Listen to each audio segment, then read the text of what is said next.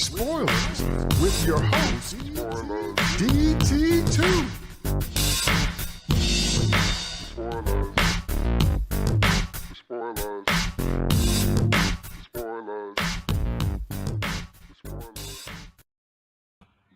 What up, y'all? DT2 Comic Chat here, ready for another episode of Andor. Tonight we're doing Season 1, Episode 8. Is there going to be another season of Andor?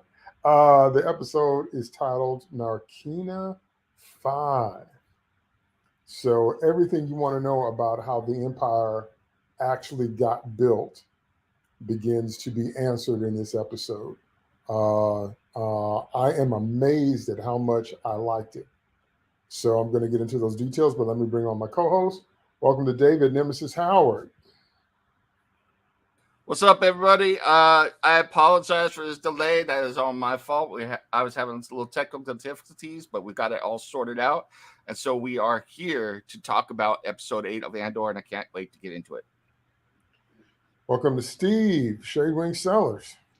Glad to be here. Glad to be back discussing this show. I'm going to be a little bit ahead for this week because I'm also covering Andor for Omen Revelations podcast with Mike Nunnally. And so I'm going to try not to Tom Holland it, as our good friend Nem likes to say. But I am looking forward to discussing this show. Cool. Welcome to Jeff, Mr. Happy Bracy. You don't have to worry about me, Tom Holland, and shit, because I don't watch ahead. I like to be fresh in the moment. So let's get on with 8. Fresh in the moment. All right. So right off the bat, I have to say, I enjoyed this episode more than any episode I've seen so far, which surprised me. But I really liked it. And it's because it was, last week we talked about seeing the underbelly of the rebellion and the Empire. So this one shows us more of both. There's great juxtaposition because you see Cassian trapped in a prison, but you also see Mon Mothma trapped in her own high-rise 1% high political prison. And that juxtaposition is even more pronounced in this episode. And even though you know Cassian has to survive because of Rogue One, you still get a sense of real danger. And that is not easy to pull off. That's one of the biggest weaknesses and holes in prequels, that since you already know who's got to make it, most of the time it just sucks all the tension out. But not here. Here there was a real sense of danger, a real sense of tension. And one of the things writers cap to learn from it is there's a difference between coming through a situation and coming through unscathed. And you can create tension when you show that your character can still be hurt, even if the audience already knows they can't be taken out. Doesn't mean you can't be hurt. Doesn't mean you can't be fried within an inch of your life either. So, again, I'm surprised at how much I liked it. So many nostalgic throwbacks in both characters, but also the aesthetic, the big white halls of the Empire, and guess who finally gets theirs? My I don't like you at all character, Bix. But anyway, just don't like it all. And they put her in a room and she turned into Halle Berry. Amazing. Under that light, she looked just like Halle Berry. I was like, wait a minute, what happened to Bix?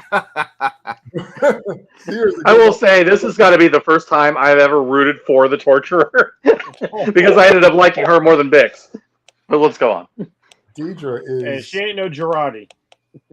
No, she's not. One thing we have to give Deidre is that she's 100% to the wall. She's committed. She believes in the philosophy. She believes in what she's doing. And there are no stops she won't pull out. And even when you don't agree, you still have a begrudging respect for characters that are sold off for what they do, as opposed to when, you know, everything you do is shady, then it might be a little bit hard to root for you.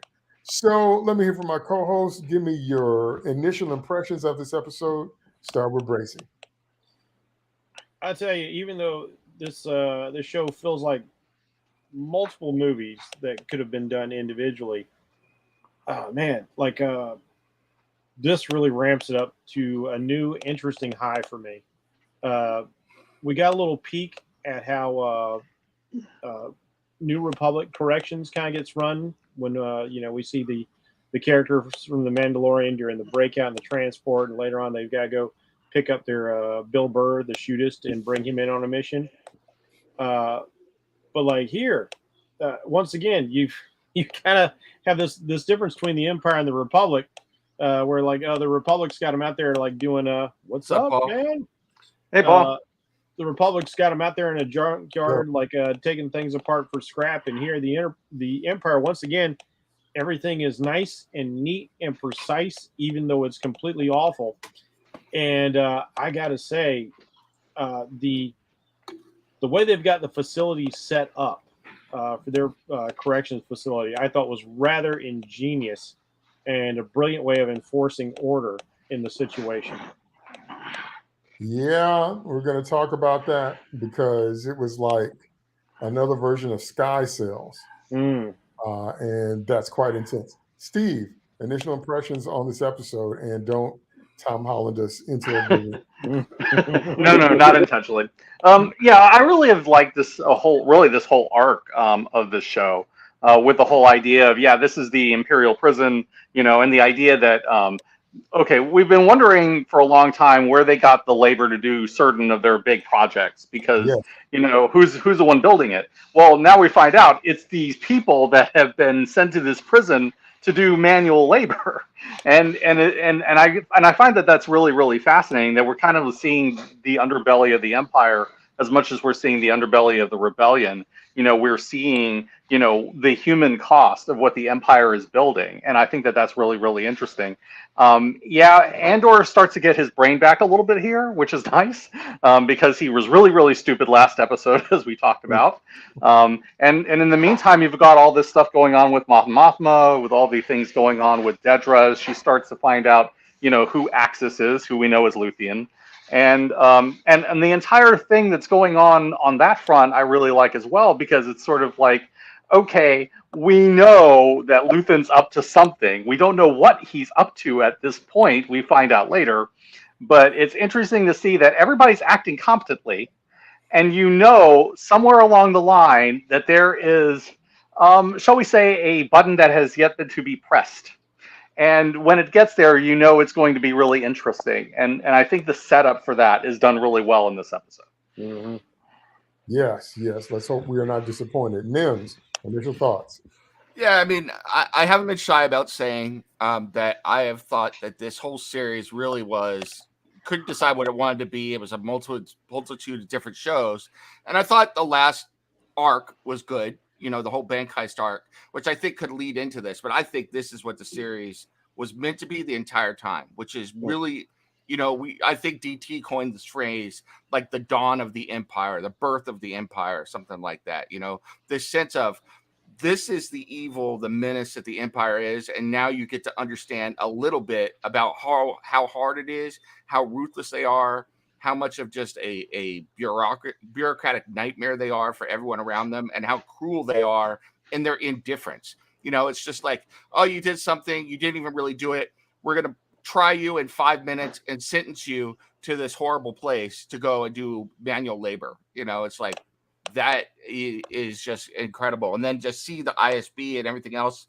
It's really, really good. It's giving us this glimpse into the Empire and letting us more fully understand something we talked about last episode. I think Steve talked about this, which is how do the people who don't have lightsabers live, and especially in this time. And this is what we're seeing. And it's not nice. It's not pretty. So.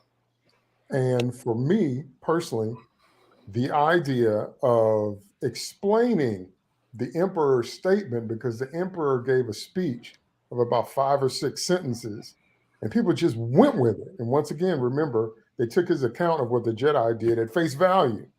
He didn't offer any proof. He didn't offer any video. He didn't offer any testimony. He didn't offer any witnesses. He just said this happened, so I wiped him out. Everybody was like, great. But here in this episode, what we see is when you sell the global idea of safety and security and people buy it, different type of star systems and planets buy into it, but underneath that, you're taking away any kind of rights. You're taking away any type of autonomy. If there were ever such a thing as fair trials, they're going, you can just snatch people off the streets and say, I don't like the way you look, so you're going to labor camp 6 years. But what? And so you see, finally, at least for me, like what that looked like, because people were so afraid. It's so funny the way Lucas built this because it completely parallels real life. People were so afraid. People were so disjointed. People didn't know what was going on. So the emperor says, don't worry, I'll consolidate everything. Just give me all the power and I'll keep you safe. And in the meantime, on the ground, citizens are being stripped and taken away from their lives and their families for literally no reason. And people are just looking the other way. And do you know why they look the other way? They look the other way because they're saying that is not going to happen to me. Mm-hmm. That's for those people. So the real life parallels are astounding. And that's another sign of good writing because it's relevant, it's fresh, it's on point, it's human, it's in a galaxy far, far away, but we can relate to every string of it. So that's what I mean when I say this episode just takes things to the level that I think we've wanted to see in the show from the beginning. A few other things I will point out before we get into the first couple of scenes. And you guys can definitely chime in as we go on these points. First point is it does just a little bit suffer from the prequel problem of the tech at the time they made it is better than the tech in the original. So you can see the differential, but it's not blatant or egregious. It's not huge, but it is kind of there because I thought about Vader's floating probe droid that was straight out of a 50s B movie with the, Flash Gordon needles and the sound effect. And I look at what they're using here. I said, okay, and Star Trek does that all the time too. Yeah. But it's not bad. It's just slightly noticeable if you're nitpicky like I am. And another thing that I notice here is, as I mentioned before, you get to see people that buy into the philosophy. And if you go back and watch Attack of the Clones, if that's not your favorite film, I want you to notice the scene that all made us cringe was Anakin and Padme falling in love in the field. I want you to notice what Anakin says there, because Padme poses the question about sand. No, sorry, I couldn't resist. No, I couldn't resist. Not saying, and not, I will not give into this as I'm breathing all hard and being as cute as humanly possible. But anyway, not their parts. The parts where they're rolling around and she says, what if people don't understand order, or what if people can't come together, or whatever. The Anakin saying, then they should be made to. That's the key to his whole character. Yeah. That's the key to his whole motivation, because he believed in totalitarian rule from the beginning. He believed in fascist rule. He bought into what the emperor was saying, that if you listen to their conversation, he said, we're going to kill Grievous and end this war. He kept saying it's order. And when you look at what Vader said to Luke in Empire, he said, we can rule the galaxy as father and son in this destructive conflict and bring order to the galaxy. It's the most common thread written for Anakin. And you see other people in the Empire that think the exact same way. So for him, it's a brilliant setup because he was a slave. And the subtext here is the Jedi had the power to take his mother out of slavery with him, but they didn't because she was not a force sensitive. Mm-hmm. And now he's supporting a regime that is all about slavery. And so that's exactly what's going on in this episode. Yeah, and so the cycle of trauma continued through him. That's right. And so it adds a necessary gravitas when your writing and your acting conveys the philosophical beliefs of your characters. Mm-hmm. That is strong right there. And that came through, at least for me in this episode, like no other. I just really loved it. So we start out with Steve's favorite character, Captain Tool. Oh, yeah. And he gets more toolish. Oh, man. He descends into some toolery. Put the tool signal up. He's in his little Star Wars Borg cube. Let that roll around in your mind. And he sent up half a dozen flags inquiries trying to find Cassian Andor because he can't let it go. Just cannot let it go. And then Deidre basically tells him in so many words, you done messed up and caught our attention. And see, we in this now. And she throws that in his face all during I mean, it fits for the character. He's proven to be completely obsessive. And so it's no wonder it's come to this. And stupid. And yeah, he's such a tool now. Like, he should be, he's not Lieutenant Tool anymore. He's Lieutenant Toolbox, because he's not just one tool. He's all the tools. All the tools. Right. I hate to always put stuff into like D&D alignment terms, but he is the epitome of lawful neutral. He's not even lawful stupid. He's lawful stupid. Yeah, it's like he's not even evil, which would mean that he has some sense of purpose. He's just so convinced of his own morality and his righteousness of upholding the law. He's Javert from Les Miserables, you know. Except dumber. Yeah, Darth Vader is lawful evil. Darth Vader is a great example of lawful evil. When people ask me what that alignment is, I say, look at Darth Vader. He believes in the rule of order, and he's willing to crush people to achieve it. But this guy, he's lawful. Proper lawful neutral is Judge Dredd. This guy is just dumb.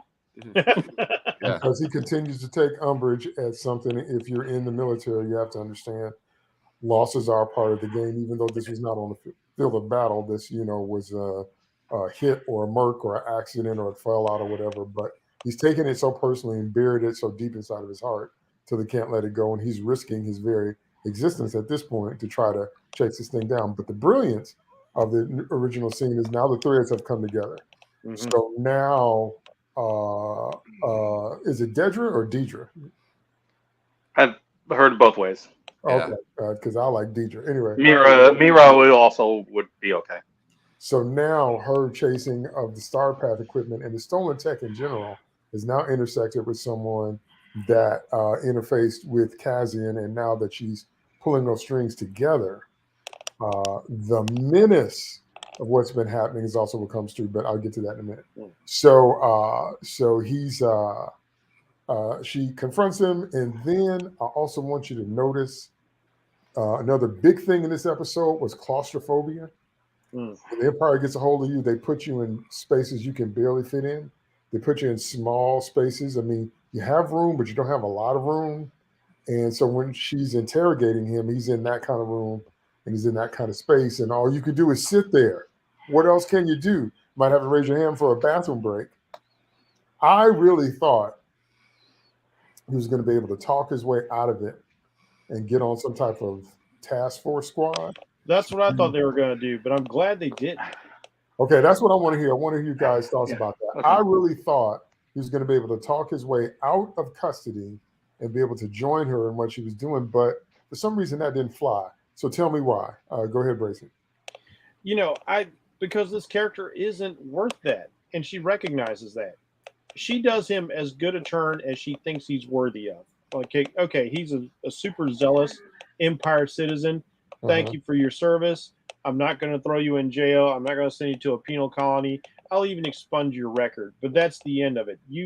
No matter how much he pleads and begs, and that's the crazy thing that, and we'll see, because we were going to do episode 8 and 9 tonight, but we're just doing episode 8. But we'll see in the next episode that he starts to develop a new obsession with her.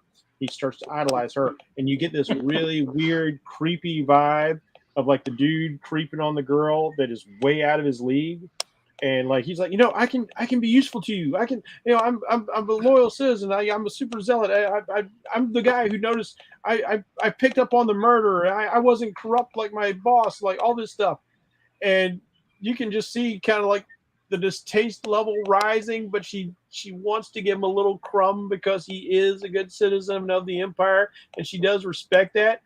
But I kept going like, dude, you need to shut up. You need to shut up quick. Okay, I get that you're trying. I really did think the show writers were going to give like, all right, you know what? I'll put you on my task force now, I think.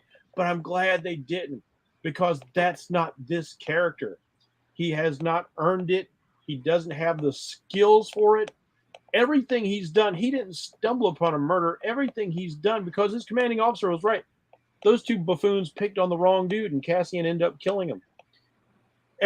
he just obsesses over everything. Now we get some ideas as to why, looking at his family life, but his zeal for obsession, for like locking onto things and not ever being able to let go. This need to try and prove himself or outdo this horribly low expectation his mother has built into him, surpass his insecurities, is ultimately what is going to get him killed. We all know that's coming.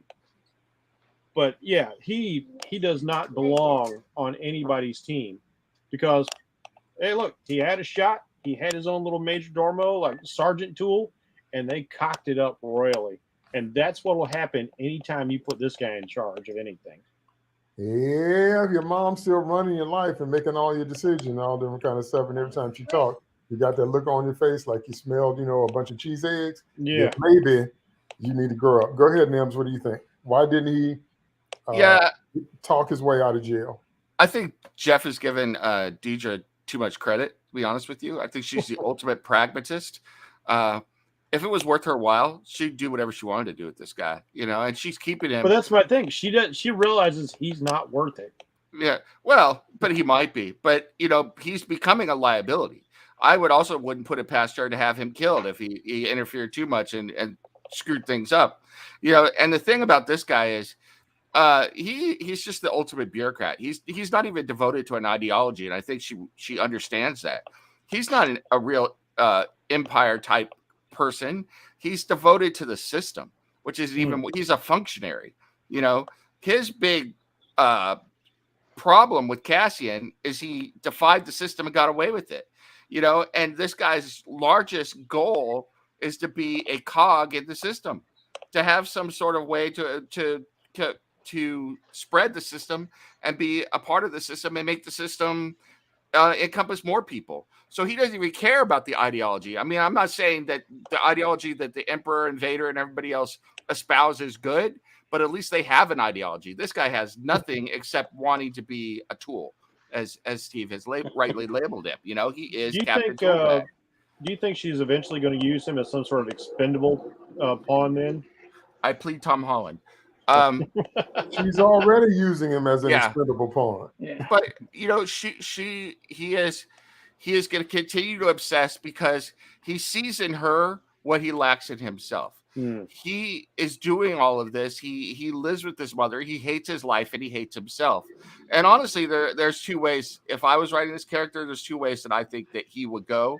One is that he's killed for being stupid and inefficient and just incompetent. The other is that he comes to the realization that he has no code, he has no philosophy, and he has no purpose in life, and he kills himself. So it's one or the other. So that's pretty much it. Yeah. Or he finally learns his lesson, which I don't think he's going to. Yeah, but when you're full of that much self-hatred, I'm not that nice, Steve. So normally don't live that long. Steve, what can you add to what we're talking about?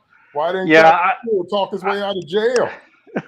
Yeah, I first time I watched this, I was thinking, okay, maybe they're setting something up for him. Maybe they were going to have him, kind of like be a low cog worker for her. I'm glad that they didn't. And the beauty of it is, it's not even because of Captain Tool himself. It's because it makes Miro look smart because she recognized what an absolute tool this guy is, and she knows that this guy would just be a liability to her. She has looked into this guy left and right, inside and out. I mean, she's ISB. She has to be aware of everything before she even shows up, to have the interrogation. So she knows what she's dealing with. And she knows that this whole situation is his fault. And a lot of and meeting with her, I imagine all he did was reinforce the suspicions she already had about him, which is that this is a guy, who is completely incapable of learning from his mistakes, makes bad decisions. He is not command suitable in any way. He's constantly beating himself on the brick wall because he's overzealous and he doesn't think things through. Miro is a lot smarter than this. I don't think that she would necessarily have him killed as somebody who's expendable. I get the feeling from her that she believes in the Empire genuinely. I get the feeling that she can be cruel when it's important to her goals and to the Empire to do so. but she's not needlessly cruel. She is not going to hurt No, people no. that she thinks, yeah, she's not going to hurt people that she sees as not a problem. You know, he's beneath her. That's the whole thing. He is absolutely beneath her, and she knows it. And so she's like, okay, I will take the crumbs from you that I actually need from you. But aside from that, I want you out of my way because you are going to get in my way if I keep you around.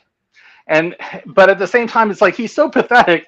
She doesn't even want to really do anything bad to him, and she gives him multiple chances, which I'm just saying that for her is pretty merciful, given some of the stuff that she does to Bix and other people. So I get why he thinks of her the way he does, and I agree. He's completely obsessed. He's completely obsessed with her. And I think that she finds that repulsive. I mean, she finds him repulsive. Yeah. But and again with good reason. She's way above him in terms of smarts, in terms of competence, in terms of capability, and she sees a larger picture in the way he doesn't. And so, yeah, I will say, I will say that this whole scene made me like her more because of that realization. There's nothing you can do with this guy. He never learns anything, and that's always been his problem, and it's always going to be his problem. He's Mrs. Kravitz from Bewitched. Yeah, I tell you, it's really easy to like her more when you dislike this character so much. Yes, it's kind of like I root for the torturer in the case of Bix because she's a tool, and so you root for you. She treats all the people around her with the way that the audience reacts to them as well, and I think that makes her a better character and a more likable character. Well, it's all very organic. And that's another thing we can vibe with because people like that. People like Cyril in life who are just tryhards.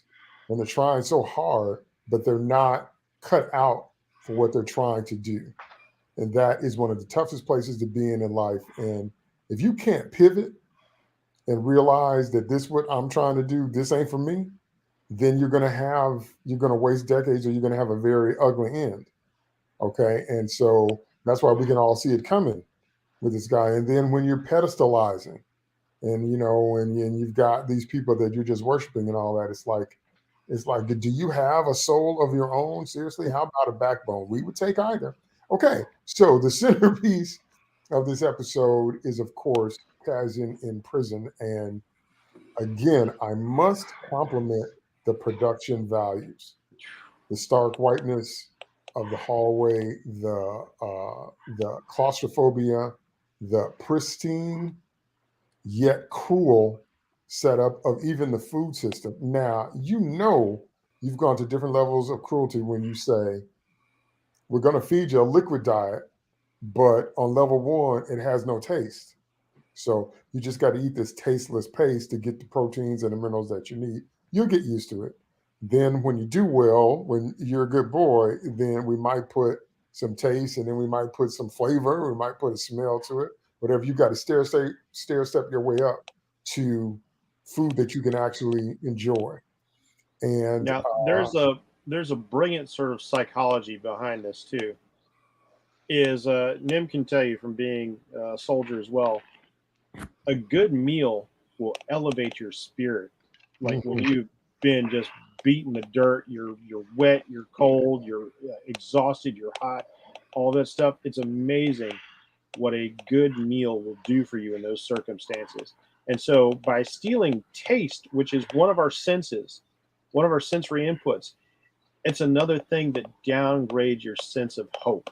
It just brings you way down. And it's a brilliant, and that's why I love this whole thing, like the psychology of these next couple of episodes.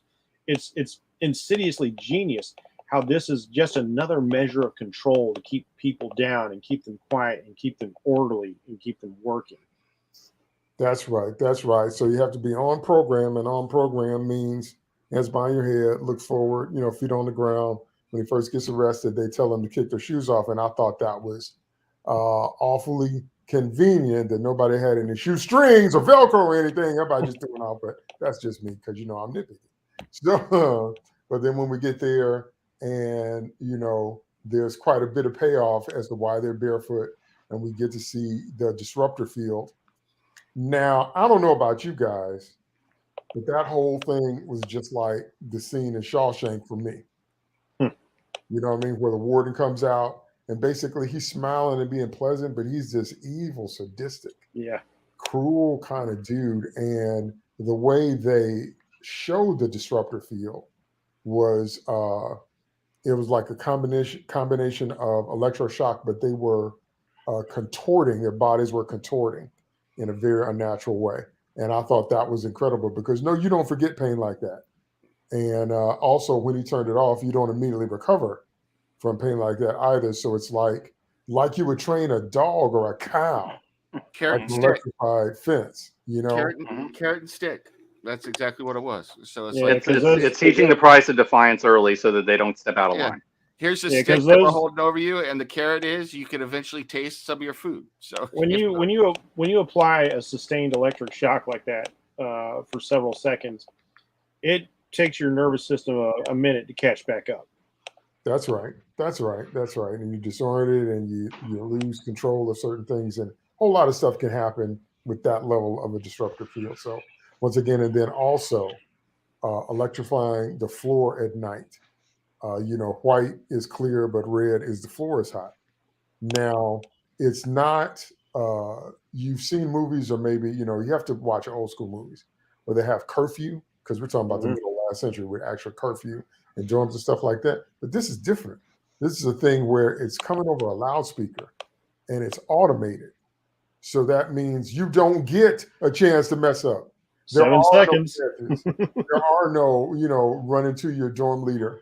I'm sorry, I was late. I got stuck with my girlfriend's, my car broke. There's none of that. There is, you get yourself in that cell or you fry. And then sitting on the edge of the cell, and it's like you're literally a drop away from destruction. What if you fall asleep? What if you nod off? What if you slip? What if you're a sleepwalker? By the way, sleepwalker, right? You're just over. So I mean, the cruelty and then the competition, the inter and intra competition. So you're competing against your other cadres in the room, and then you meet the Andy Serkis character who said he's competing against his, he's a crew leader. He's competing against the other crew leaders, and then we get a matrix style shot where we see that people are on different levels. And if you start to look down far enough, this thing might be endless. I mean, it's brilliant. It's brilliant. It's brilliant. It's brilliant visually. It's brilliant psychologically, which leads me to what I want to ask you guys. Oh, also, I'm glad. Now, I knew Andy Serkis was coming, but I didn't watch ahead, so I didn't know in what capacity. So it's good to see him showing up like this. But here's what I want to ask you guys. Now, it could just be me, but I personally think that more men would have broken from these conditions than seem to. It seemed like, remember how in Shawshank, first night, Morgan Freeman said first night is the hardest. Yeah. And the chubby guy broke, and then Hadley beat him to death. And I thought there was going to be more of that. It felt to me like maybe Andor could acclimate because he was just out there with the rebels sleeping on rocks, and he was used to rough conditions. He was used to living that way. But I thought, I don't know, I could be wrong. I just thought more people would be having these psychological breakdowns and being snatched from their regular lives for no reason, being forced to manual labor under these conditions where you can die any minute and you have no rights and you have no recourse and all that. But maybe that's just an American mindset. Maybe because we as Americans are so used to our screaming about our rights or whatever. I don't know. I just thought more people would break down. So let me hear what you guys think about that, Steve.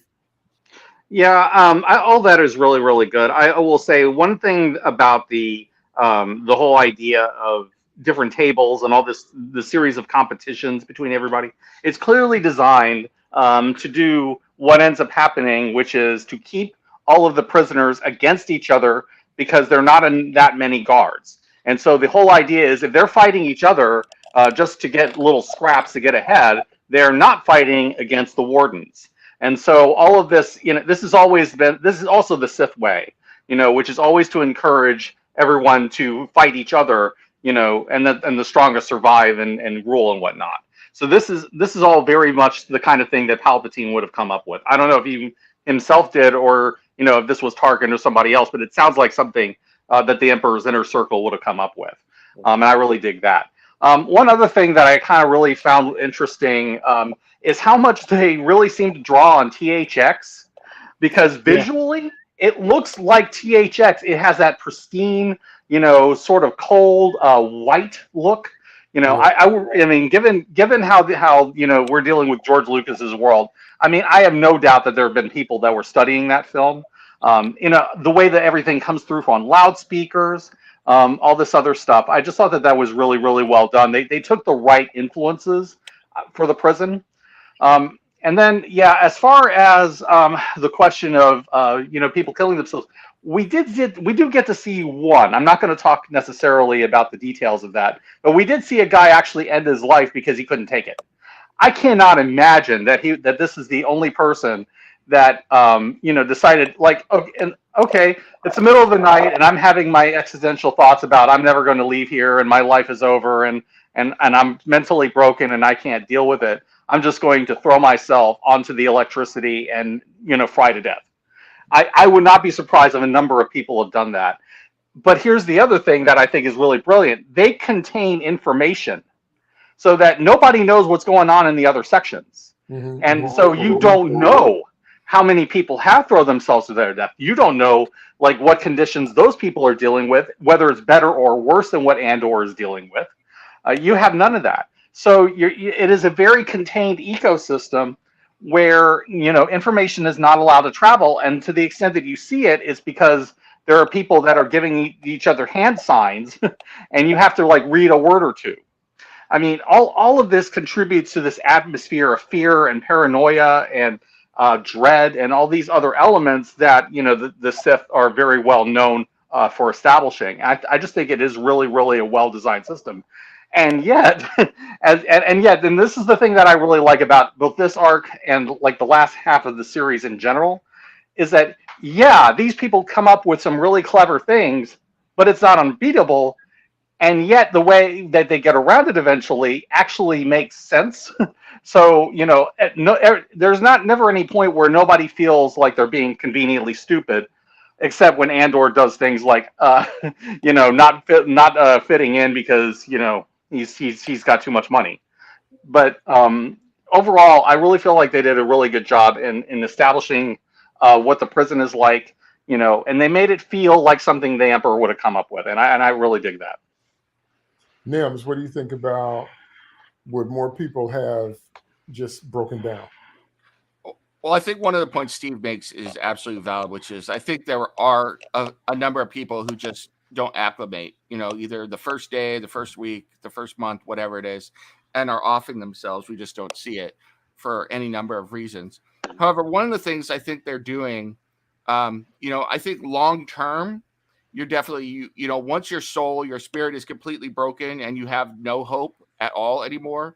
And most of them are holding, and the Empire's done something clever here. They've made it very clear by the number in your cell showing how many days you have until you get out. So that is keeping you the hope factor alive. Yeah. The other thing they have done, so that keeps you from off yourself, unless you believe that you'll never get out, and then you lose all hope and you lose all despair, and then you become dangerous or suicidal. The other thing that they do, which I think is very smart, especially for those first few weeks, is they immediately put them to work. And you're working like crazy and you're tired. It's just the same way in the military. It's like you have no time to think about how miserable you are or how horrible your surroundings are. You get back and you just collapse and you're asleep. So you're work like a dog 7 days a week for what is it, 12-hour shift? 12-hour shifts. Yeah. And then you come back and it's just like, I'm going to throw down my terrible pace, but I'm thankful for that because I'm hungry. And then I'm going to fall asleep, so you don't have time to sit there with your mind going, this sucks. I'm stuck here, and all these other things that we start feeding on your brain and making you want to, break down and stuff like that. So I think that's very smart on their part, is to just work them like dogs to make them so tired that all they are is cogs in the system, which is what you want them to be in the first place. So, okay. Bracy, what do you think? Well, Steve and them both hit on a bunch of things I wanted to, because again, as somebody who is a behavioral science specialist in the military, is as evil as all this is, it is so brilliant and so evil. Like, it's just so brilliant. Everything you've noticed, like Steve is so on point. The obvious THX 1138 references are all there. I was going to say that if he didn't, the psychology of the countdown to keep you going, the fact that you have this competition to keep people separated, but it also gives you goals. They give them goals, and they separate them. One of the great things about like the old 80s Flash Gordon movie is they talked about how like, we could probably beat Ming if we all teamed up. But Ming had this tribute that you always had to bring in, and it kept all the kingdoms of Mongo in competition with each other. So you've got that going on here. And right away I'm going like, that friggin' Warden lied. He buzzed us one time. He said like, if you do what you need to do, you'll never have to feel that again. It's like, well, you didn't have to say like, I've always got to win the competition not to get buzzed every single day. So yeah, there are definitely people who are not going to make it through that first week. Definitely. I mean, like, we get in and Cassian is replacing somebody who's gone. We're not told if they're gone because they graduated out or if they're gone because they couldn't take it. Now, in point of fact, though, we are incredibly resilient, either in our acceptance of a dire situation or the drive to get through it. We have POWs who survive horrible conditions, people who survive camps like Dachau and Auschwitz because they found the strength within their community. And another brilliant thing they've got set up here is it's not yards, but they have pods. So you've got like a yard boss in Andy Serkis who keeps order and maintains camaraderie. And even though these guys had been lagging behind, as they start to get better, because Cassian's a really good teammate to have on their team, he gets up and was like, hey guys, don't slow down. You got a chance to like winning the whole thing today. He encourages them while also encouraging discipline because, he has this position of authority and he genuinely wants to see his section and his people do well. And so it's all just genius the way all of this has been set up in the narrative. It is, to my mind, some of the best writing in the show I've seen so far. And it's brilliantly structured. And everything that comes into play just works. And I love the fact I've watched a number of documentaries on people who do like supermax prisons and people in prisons, because again, psychology fascinates me, and seeing how they figure out ways around the system. So they have these, they'll do things like they'll put little notes on pieces of string and they'll swing them back and forth to cells and they'll pass it along like that. And so I love seeing the sign language between the different levels. And they've figured out ways to get around the system, ways to communicate, because like you guys said, there's such a tight control on information. What do they do when you're on lockdown? Hands behind the head. Don't look anywhere but straight ahead. So they're containing even how much you can look. But of course, Cassian's not going to do it. He's kind of like, keep looking straight. Yep. I'm looking straight all the time. But everybody else has already been well conditioned to do that.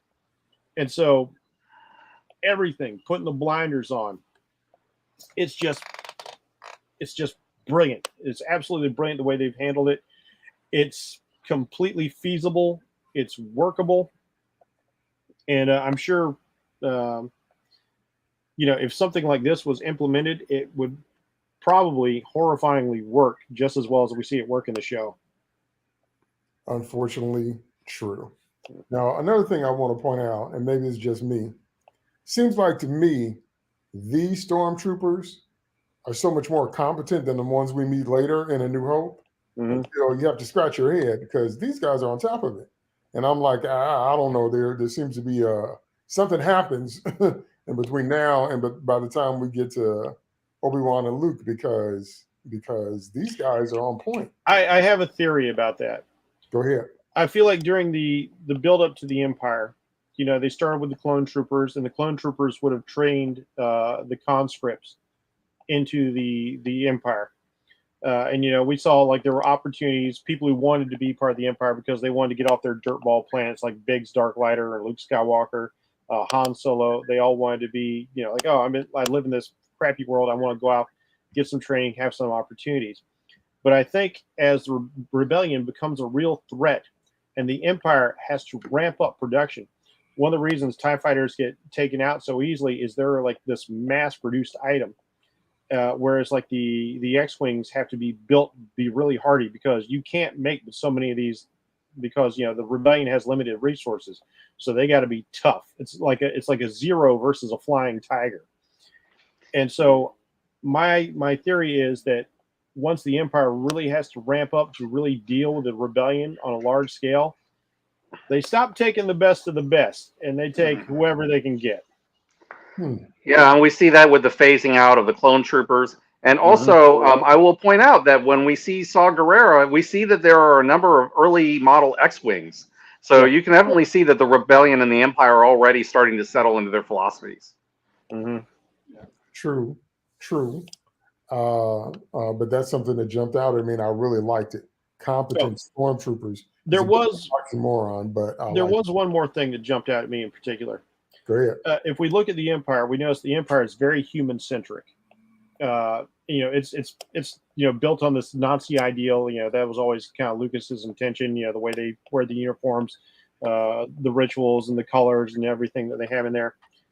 And it might be a budgetary thing because they put so much budget into sets and costume and effects and all that already. But I did think it was a bit disappointing that because the Empire doesn't seem to give an F about any other species out there, that we didn't see some aliens parsed out amongst the humans in the prison. I think I'd also add in that you are seeing the transformation of the clone army from a fighting force into the Imperial army being a garrison force. Okay. Yeah. And then eventually prison guards. Yeah. I think we're probably going to see more of that in the Bad Batch, because that's where they're exploring that. As much as we're talking about, the effects psychologically on the prisoners and the numbing of the soul and all that, nothing will numb your fighting edge, for one, and then just all sorts of things about your soul than being, in garrison all the time, because no soldier likes to be in garrison, and they definitely don't like to be prison guards. It's even worse. So, because you'll see where we still see top-notch Empire soldiers are the TIE fighters. Those guys in those ships are good. Yeah. Yeah, they are. Even Wedge started off as an Imperial pilot. So, yeah. So speaking of resources, that's a good transition into what happens with the rest of the episode. And what we see in this episode is what we all talked about, like as far back as 2 or 3. And that is that the threads start threading. And that's what makes it so interesting. So the one thing that I'm still iffy on, well, it's 2 things. One thing I'm not iffy on, the other one I am. The one thing I'm not iffy on is how much of a knockout Vel is when she's all dolled up. It's like she's a completely different person. I'm like, man. She cleans up well. Right. I'm like, you pull off both roles, because nobody would know you were a 1%er when you're in the field, and nobody that, knows you as a 1%er would think you're part of the rebellion, and she just nails it. So there's that. But what is kind of iffy to me is this whole Vel and Cinta thing, because I'm not quite sure yet why I should care, because they're framing it. Now, they did that very epic thing of a cross-frame fade-out where they're facing each other. And basically, Cinta is 100% sold out for the rebellion. She realizes there's bigger things happening here than me and you, which is my favorite line from Spider-Man 2, by the way. And that everything must be sacrificed for the bigger cause. And it costs whatever it costs, even if it costs your love. And Cinta's just 100% committed to that. But Vel is still like, can't we salvage some kind of life? Even in the midst of all this different kind of stuff. But I still don't quite get, why I should care about the relationship between these two. Because it's one of those things where if you take it out, scene still plays. So if they're just friends and they're having a talk about going to their future, they can have that same conversation and they're not in love. So, I'm not saying it's wrong and I'm not saying it's bad. I'm saying I'm not sure of what my level of emotional investment is in their relationship, because I don't know. I don't know. It hasn't. Well, it feels like Bix and Tim all over again. It feels like it's very one-sided. It's very convenient. You feel like it's happening on the one side because Cinta wants some companionship, but she's got bigger things on her mind, whereas Val has kind of romanticized everything that's going on, and she even kind of like digs at her. She's like, like a little rich girl running away from home. So she feels like that kind of revolutionary, that kind of protester, even though she's obviously more committed than some of those people are. But when when it's that one-sided, it's hard to kind of root for anybody. Yeah, but when Val talks to Mon, she's like, we've chosen a side. She's hardcore. She's to the wall. It's at its most basic level, the way I see it, is it's streets versus suburbs, and put it in whatever way you want to put it, in whatever scenario you want to put it. But that's what it is. And it's like, what's her name? Vela. She lives this 24/7. She has no choice but to live this 24/7 because she's streets. She came for the streets. Something has happened in her life that has made her bitter. But obviously, the everyday person lives this all the time. There is no escaping of it. There's no putting on a new costume and dressing up to go to fancy parties and to be going to embassy parties and all this other stuff and being able to escape from the realities of what the empire is for 5 minutes, let alone 5 days. There is none of that for her. And so at some point, and I agree with your point. I think you could have just easily had this as a friendship. But I think, once again, I'm not a nice person when I write, but if I was writing this is going to lead to a betrayal. It's if Luthen had a love interest, it'd be the same thing. Like if Luthen and Mothma were in love, it's like at some point, if you ask Luthen to choose between the rebellion and his love, you lose every day of the week and twice on Sunday. He even says so. Even says so at one point. Yeah, he didn't even think about it. So, but that's what his relationship with Clea feels like to me. Mm-hmm. But she knows it. Clea knows it, and she's the same way. Yeah, they're both on point. She's like, Luthen, you're my mentor. I respect you. I love you as a friend and everything. But if you get in the way of the rebellion and I got to shoot you down so you don't get caught or something, you dead, man. You dead. And it's clear that they want to push up the idea of sacrifice, and so they kind of build relationships that become important to certain characters, and with the idea of threatening them. But even with that, I just feel like I just don't care about Vel and Cinta as a couple, like not at all. I don't even care about them as a friendship. I just feel like Cinta is just there, and to me, Vel doesn't become interesting until you find out who she really is. Yeah. And then even there, it's because you care about her suddenly because of her connections to other people. And I'm just looking at her and I'm just waiting for the clock to wind down until she's killed because I feel like she's going to die. In order for us to care, they would have had to give it some screen time that I'm pretty sure we would have hated and not liked. But they would have had to have the two of them have some intimate moments together, not intimate and physical, but intimate moments where they're talking about their future or this or that. And Vel's like, look, I can't do this right now. It's like, I'm sorry, it's just not important or whatever it is, but we would have had to see, they would have had to establish their bona fides as a relationship so that when that sacrifice eventually happens, we care, it would have had to been like say of Mice and Men, when they keep talking about having their own little farm after they've saved up enough to do that, and George can have the rabbits. Like we need to have their goals, their hopes to really kind of latch onto, but we don't get any of that because these are side characters when you get right down to it. Yeah. I mean, that's the right word. We need the hopes to latch onto. That's right. To paraphrase a classic Monkey song, I mean, Vel is living it. She's down in the shit, and not Vel. Cinta is living it. She's down in the streets. Meanwhile, Vel is the daydream believer. It's like that's exactly what she is. She has the luxury of being a daydream believer, whereas Cinta. Well, she is the homecoming queen. Yeah. So no, seriously, she definitely is like she could be Regina George in another life. So the thing that Steve said about sacrifice is also highlighted here. And once again, the writing has turned up because the threads are threading. And this is the first episode that made me want to see it through to the end. Now I want to see what happens. I'm invested now. But what happens in this episode when Marva, which is Cassian's mom, sustains an injury trying to help a future, rebel situation. That, to me, in retrospect, felt like her version of stepping onto the electrified floor. She knows that she's too old and too stubborn, but she's enjoying playing the rebel. That's the key to her character. She's enjoying sticking to them on any level that she can. And so her getting hurt or her breaking a hip at her age or her refusing to leave, Bix is checking on her. But you can see Marva pulling back in her mind and going kind of more into her own world. And it might, some of it feels like dementia. Some of it feels like, again, she's throwing herself on it's her version of throwing herself on the electrified floor. She's like, I know this is going to end me and I want it to end me, but I want to stick it to him real good before I die. I feel like she wants her death to mean something. Yeah. And and I think the reason she pushes Cass away is because she knows that that's the only way that the Empire can hurt her at all. And so by keeping him away, and she can go and be free on Ferrix to stick it to the Empire in any way that she can, and then she dies on her own terms.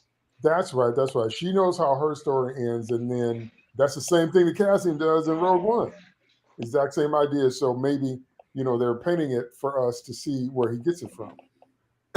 But she's just locked in to the point where she would throw her corpse on a TIE fighter just to block his vision, just hopefully to make him crash into a mountain. Well, she's not happy. I think Marva has 0 F's to give at this point too. Just very much. There's that, right? I'm old. I'm going out anyway.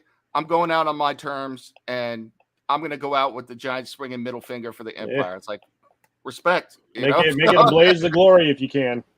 Yep. Right. We're going to get to Luthen and Saw in a minute, but I do want to talk about the character I hate, which is Bix, and I thought that whole thing was dumb.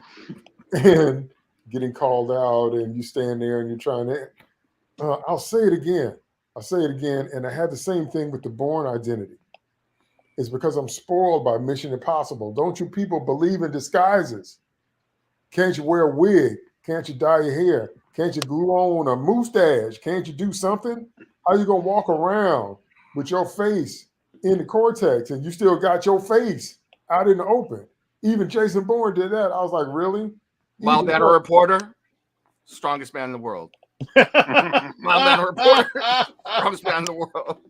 Lois Lane, I can't see. So, yeah. It helps when you have super speed that you can disguise your face when you're in have your glasses off.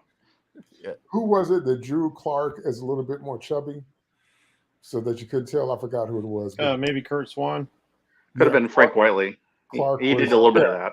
Yeah. Clark was a little bit bulkier. So, but anyway, so I'm saying that still amazes me. And I'm like, you get called out by name and you run. I'm like, how do you think that story's going to end?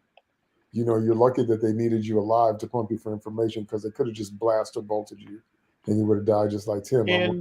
In her defense, I'll say that she wasn't expecting to be rounded up or even looked for. Bix hasn't been as smart, in the first couple episodes we talked about. She's not the operator she thinks she is. And, she got caught when Cassian escaped, when Tim died, and she was let free, and nobody bothered to look for her. She probably was not expecting any sort of trouble for any reason. She had no reason to disguise herself. Yeah, well, she should have climbed into a little radio tower and, doing Morse code. Yeah, but that's the problem. When you get away with something for so long, you get complacent. Okay, that's true. That's legit. And so I'm just like, okay, whatever. I haven't liked you from scene 1, so yeah, I'm going to enjoy your pain. So anyway, so we can go to Luthen and Saw. Now, the thing about Luthen is that you can see in his face, which is a credit to Skarsgård's acting, you can see him escalating. You can see it all in his eyes. You can see him turning it up. You can see that, he realizes things has to go to a different level.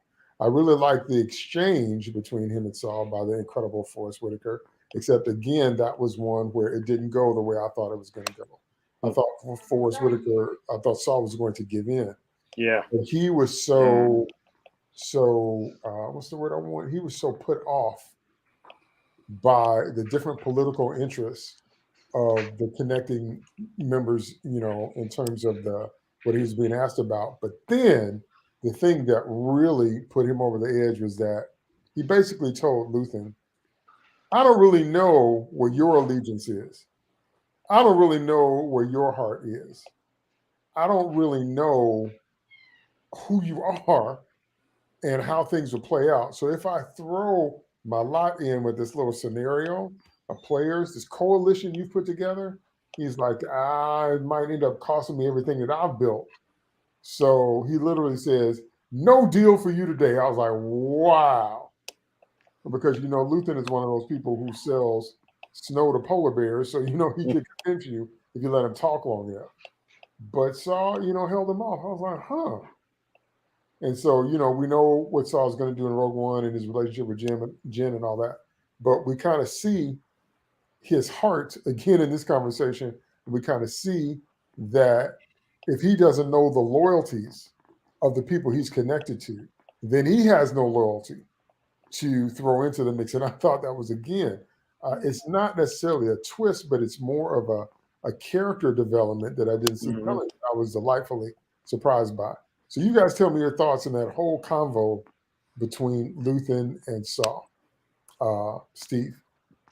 Yeah, and I will say a little bit of this is based on what is coming in subsequent episodes. But the one thing that I have come across with seeing these two side by side is that Luthen may be the one person who is more extreme in his hatred of the Empire than Saul. And that, considering that Saul is basically Che Guevara, is amazing to me. And so I find it very interesting to see these two together, especially with these two amazing actors playing off of each other. They are really, really good in these scenes that they share. So I thought it was absolutely wonderful that they brought Saul back. I thought it was absolutely wonderful that they got Luthen to play along with him for these scenes. And yet you see that even though they have common goals, and even though they are both really extreme, it's different kinds of extreme. I think Saul is very much a soldier. I think he's a revolutionary at heart. And Luthen is somebody who is a next level player. He is somebody that, doesn't care what he has to throw away as long as the rebellion wins.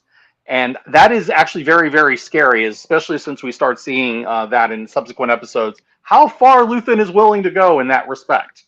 And it may very well be that Saw is rightfully seeing that side of Luthen at this point, that he's seeing that, you may be against the Empire just like I'm against the Empire, but why are you against the Empire? And Luthen keeps this very, very close to his chest. And I still think that it's something, it's a place of deep pain, a place of deep loss. To that he is willing to go as far as he does, and that Saw, knowing him and seeing enough of that, and I was surprised as well that he backed off in the negotiations, because I thought that eventually Luthen was going to talk him into it, because Luthen is just that next level. But it is interesting to show that this actually shows that Luthen is not infallible. He doesn't see everything perfectly. And I think and so when Luthen actually does get his big wins in, it feels more credible. It doesn't feel like Luthen is overridden.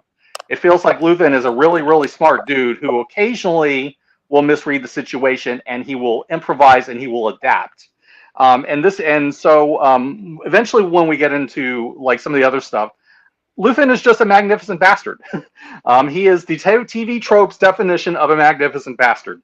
And this guy, and part of being able to do that is being able to adapt on the fly, and actually putting skin in the game when it calls for, and doing so with bravery. And that's Luthen. So, when Saw is basically saying no, Luthen just finds another way. That's just the way he is. He's not phased too much. He's not broken or, have his hopes dashed at all. It's like, okay, this didn't go the way I thought it would, but I have other irons in the fire. We're going to make it work. And I just absolutely love this character. Every time that this guy shows up, it is something usually really awesome. And when you add Forrest Whitaker and Saw Gerrera to that, you get some really great scenes with some really outstanding acting that shows us something about both of them. And I think we got that here. I agree. You guys know that my philosophy is always that it takes all kinds to make a world. So I don't, when I see people on their trajectory and on their path, and especially when we're talking about somebody like Luthen, it takes people like that to start a revolution. It takes people that are to the wall, whatever their motivation might be. We know that Surreal is small because he can't get past his own butthurt, basically, and doesn't have a sense of an overview of the big picture. But we know Luthen knows exactly what's happening, exactly what it means if the Empire continues to grow unchecked, what that means for the galaxy. So regardless if that is fueled by a personal vendetta or a sense of the bigger picture of both, he's willing. He's kamikaze. He's like, this is what it takes to do this thing right here. I always respect that in people and characters, even if I don't agree. And that's because your thumb is not your index finger. Your thumb can't talk about your index finger because your thumb is opposable. It points that way, but that's the only way it can do what it do. But it can't do this. That's a different kind of thing. And it always amazes me when people get into these philosophical battles because people might do things differently than the way you do them. Sometimes, has it occurred to you that is necessary? For you to be able to sleep all night, somebody else has to stay up all night. It's just as simple as that. You can't, and we have two soldiers here. You can't sleep in peace. All you have to do is visit a country where there are no emergency services. It will completely change your mind about what that's about. Okay. And I can, talk about that because I'm a fire survivor. So I'm just saying all that to say, when I see Luthen's ruthlessness, regardless of the motivation, it takes a person like that, and Vale gets it too. She doesn't like her sacrifice with Cinto. She doesn't like the possibility. Mon Mothma gets it too, but they understand that if we don't pull out all the stops to get Palpatine and his ever-growing empire in check, the galaxy's doomed. They get it. And they get it whether other people understand it or like it or not. And I have nothing but respect for that, even if I don't fully agree with methods all the time. Okay, so who do I need to hear from, Bracy, about the Luthen and Saul conversation? This was indeed a terrific scene. We've got a couple of real power players in these two actors. Elder statesmen of the craft, and they give it all to us in this scene. So there was that. What I did find immediately interesting is we only ever see who Luthen really is in the presence of Clea. Even here with who could arguably be called something of an equal with Saul, he has to play his games yet again. It's like, oh, did you hear about, what happened on the moon over there at the Great Eye? Oh, was that you? No, was that you? Like, I would expect you to say it was not you. I'm confirmed that it was you now. That, like, and this little chess match they have to have before they can start actually negotiating, this little tease, this little warm up of trying to figure out who's doing what. Because one of the facets of Saw's personality is he is incredibly paranoid. He is the revolutionary. He is the terrorist. He is the partisan. And because he is on the farthest outskirts of what the rebellion does, he's the extremist. He's the guy who always has to be watching out for, people coming after him, infiltrators, bounty hunters, all that sort of thing. So his paranoia is justified in a way significantly different from Luthyan's. But I do kind of like that they play this game, trying to figure out where each other's at. And I do like the fact that what changes the whole dynamic of the situation, because, again, they surprised me with the writing, and I am glad they did, that I did expect Saul to finally see things Luthyan's way. And he doesn't, because of his own particular paranoia combined with his ideology, because of, like, How are we going to get all these guys together? We've all got our own agendas. How are we going to get united under one banner? And I don't even know who and what you are or what you stand for. So I can't go with you. And so this elevated Saw's character, in my opinion. Yes. It brought him up to where he needed to be. And I really did like seeing how far Luthien was going to go, because he does kind of lay it out. He wants the Empire to come down as hard as he can get them to. Yes. He wants this to ramp up, because if people are too comfortable, there is no revolution, but it's oppression that breeds revolution. So it's like, we're never going to throw this off if we can't get the people behind us. In order to get the people behind us, they got to be really, really uncomfortable. And so that's his goal. And he knows what that means. He knows how many people are going to be sacrificed to the meat grinder for that. But he knows ultimately that's better than having 1,000 years of Sith reign, or whatever was going to happen from, Palpatine to Vader on down, whoever would be next. He knows. He wants that frog to boil until it pops. Yeah. He knows what kind of world that is. And like you said, watching Skarsgård play that, and you just see it, that slow, subtle change in his face as he gets more and more and more serious, until he kind of lays it out by calling himself a coward and explaining just where he wants to go with it. And man, I love Whitaker's response as Saw. The way he's like, Luthien just, and you see the difference in their approaches too. Like Luthien just kind of dials in.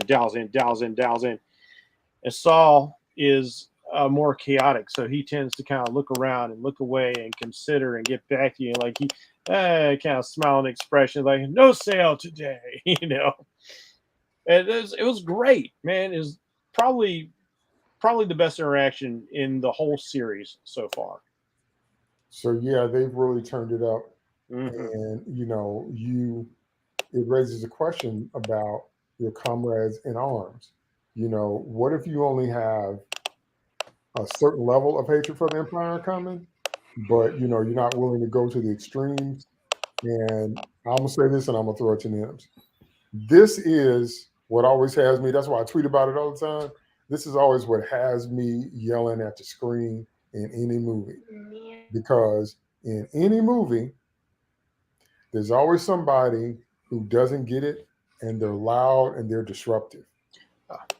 And I'm just like, would you please just get out the scene? Because it's always those one or two people who don't understand the situation that they're in and don't understand the stakes. You know what it just reminded me of? What's that? It reminds me of that scene in the Avengers where they initially fail. And then Nick Fury has to be peak Nick Fury and just kind of shame them into getting it all together. So I'm going to be really curious to see what Luthien's inciting incident is going to be to draw all these people together into one cohesive rebellion. Now, if we get that far in the show. Now, this was also in Frank Miller's The Dark Knight Returns, that World War II was allowed to happen, and the bombing on the West Coast was allowed to happen simply to galvanize people. What'd you say? You talking about Frank Miller's Dark Knight Returns? Yeah, the first one. WW3. No, he was talking about World War II. Commissioner Gordon was talking about. You talking about the Roosevelt speech. Right. Okay, yeah. Right. It's too big. I thought you were talking about like Russia trying to nuke us and Superman. No, I was talking about the Japanese. Bombing how it's too big. He knew that was going to happen. Too big, and he knew that's what was needed to galvanize, Americans and the Allied forces to take it seriously. And that's why he needs Mon Mothma to be FDR. And what's fascinating to me is just to describe it, because it comes in more levels than 5, but the 5th dimensional chess nature of life itself. And when you have people playing the game on another level, they are not going to be understood in their lifetime. They're going to be opposed by people. It's a Sarah Connor syndrome. You know how the world is going to end and nobody will ever believe you, and they're going to put you in a nut house. And so it's like that kind of stuff is fascinating to me. It's fascinating to me because when the fallout comes, then nobody wants to take responsibility. Then people are running and crying and screaming. And it's the root premise of every sci-fi movie. It's the root premise of Jurassic Park. We're going to create something, but we're not going to think it through. And then when all the grits hit the pan, we're like, how could this happen? Oh, anyway, Nims, conversation between Luthen and Saul. Yeah, I think you guys hit a lot on the in-show stuff, really well, and the relationship between these two and what it means to the show, what it means to the struggle between the Empire and the Rebellion.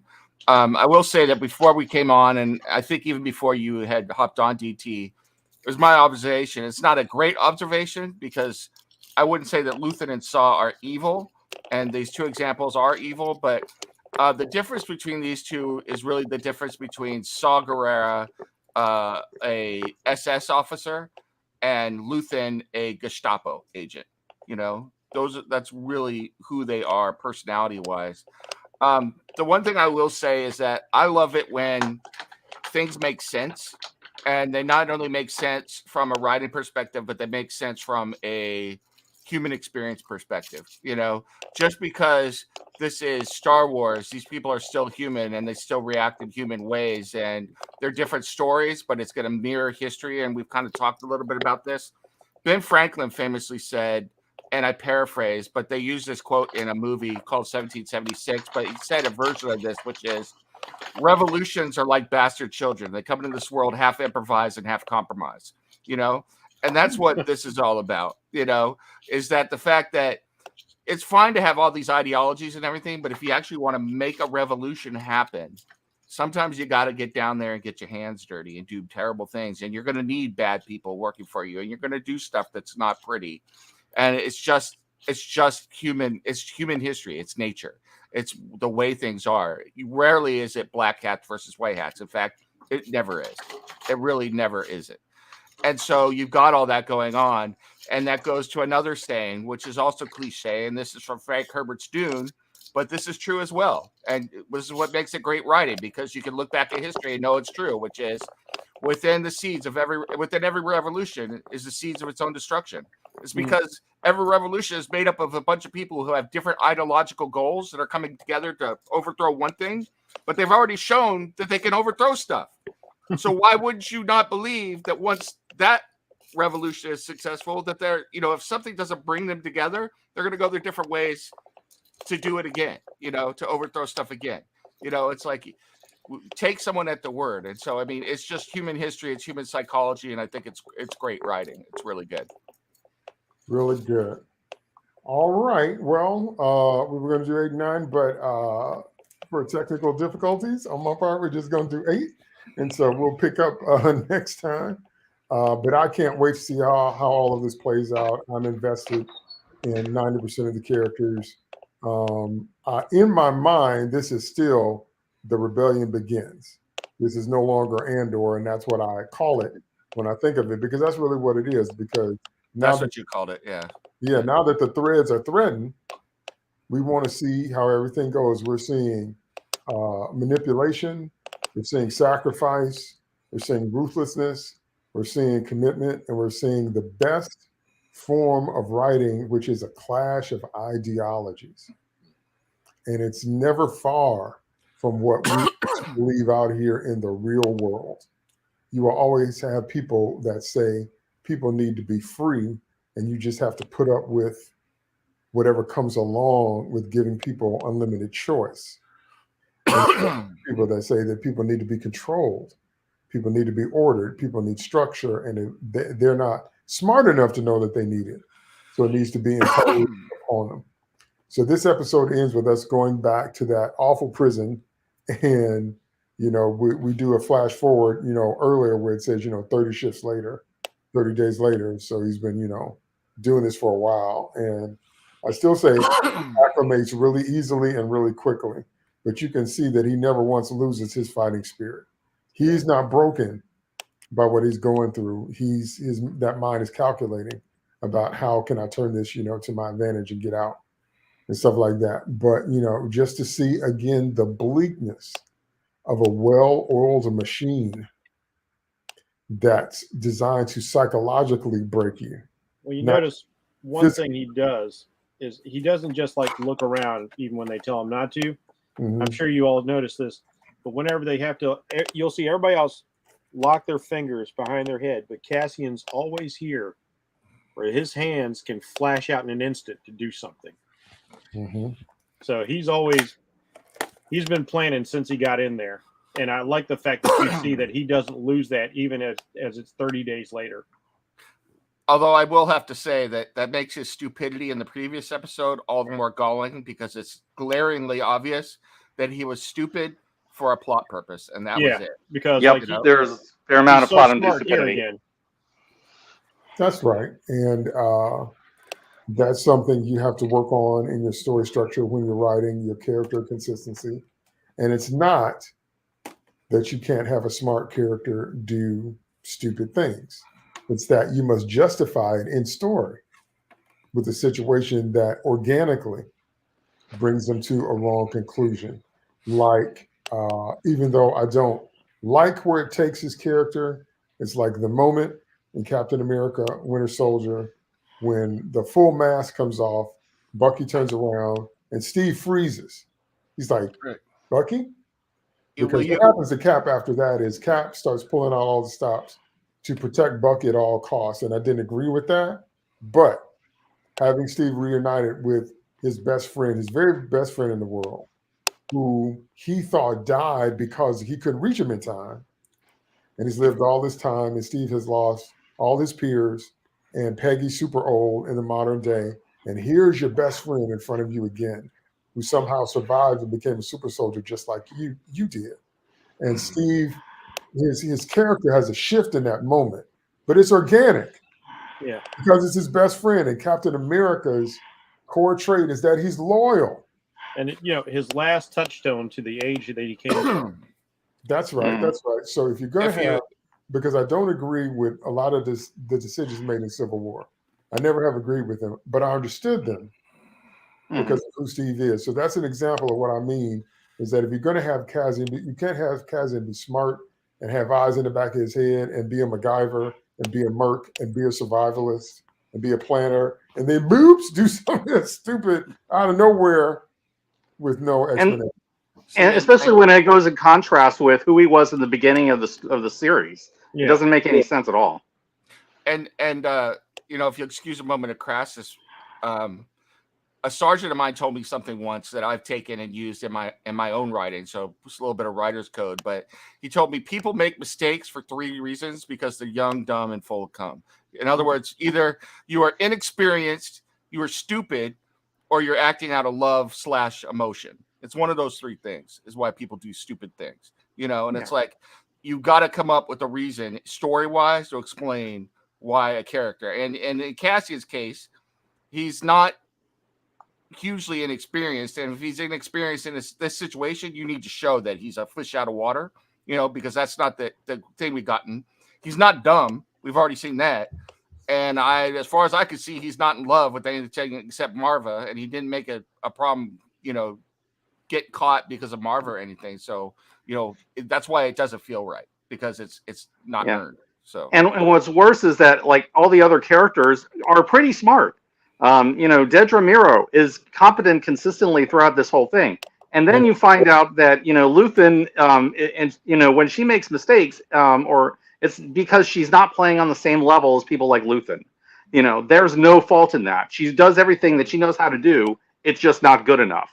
And that's completely different than what happens with Cassian, where he just completely goes 180% away from what he was at the beginning, getting himself caught in ways that he never would have, before, early in the series. It's just ridiculous. Exposing himself, and you're right, hooking up with someone and being all careless. So the last thing I'll say in this episode is the one thing that I would change about Cassian's behavior.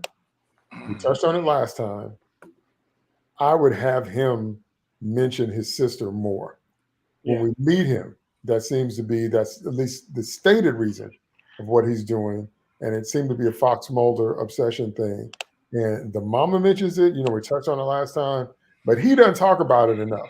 Even if it's an internal dialogue thing, when he does have conversations, I would have had him continue to hit that point, because it's the connecting thread to how we meet him and why he does what he does. So even if that it's a would have And been. I'll kind of add that this actually creates a plot hole because it's like when he had all that money, he had gotten all this stuff and he could gone anywhere and done anything. Why is his goal not to find her? right, Why does he go over to this place and decide to blow his money on hotels and whatever girl of the week that he meets over there? Why is it not to find his sister? right. That's always the throwaway It's point. dumb. all of the trouble that came his way could have been set up the way they did in the first episode because he's looking for his sister. That he's such a careful player. He's such a smart rogue and scoundrel and smuggler and thief. But what gets him in trouble is he kind of gives himself away the way Lieutenant Toole does. Because, somebody keeps making inquiries looking for this particular woman, and that draws attention. That should have been how he keeps getting. That was the emotional mistake that he should have made, and that's not what actually happens, and that's the problem. That's right. That's right. All right, we're gonna call it there. We'll pick up next time with more episodes. I want to thank my co-host. Thank you so much, Nims. Absolutely. And hey, I want to give a shout out to Campaign, and I will throw the link up on my personal Twitter. But we got another follower on Blood Roll today, so thank you so much. And they have a campaign that they're running as well. So cool. Awesome. Thank you, Steve. Yeah, it's been good discussing the show. I mean, we criticize various aspects, but there are really elements where we start to see now the show coming into place and coming into focus, and we start liking certain characters more, and especially characters like Luthen. And when we see them interact with characters like Saw Gerrera, we appreciate those things. It's just that we need to have characters consistently acting at least reasonably intelligent, or at least when they make mistakes, it should be in ways that are consistent with their character. But aside from that, I feel like they are showing a level of improvement, and that makes me want to see it more. And we feel better than we did reviewing Kenobi, because Obi don't learn nothing. Had a chance to kill Vader 3 times. And thank you so much, Bracey. The show is not the best thing out there, but it definitely has its bright spots, and it's the second best thing since Mandalorian. And I hope I'm not feeling like that, because Star Wars in recent years has set the bar so very low. But I did like Rogue One, and I like this for a lot of the same reasons. And so when it shines, I'm so on board. And when it doesn't, I'm going to call it out, because that's fair as an objective reviewer. That's right. So thanks to our live viewing audience. Don't forget to check out Comic Crusaders and United Capes Podcast Network, because we literally have something for everybody. We got retro, we got new stuff, we got indie artists, we got comic reviews, we got TV reviews, we got movie reviews. So no way, if you're into pop culture at all, you can't find something you like. And me and this crew will see you next time on the next episode of Sloppy Spoilers.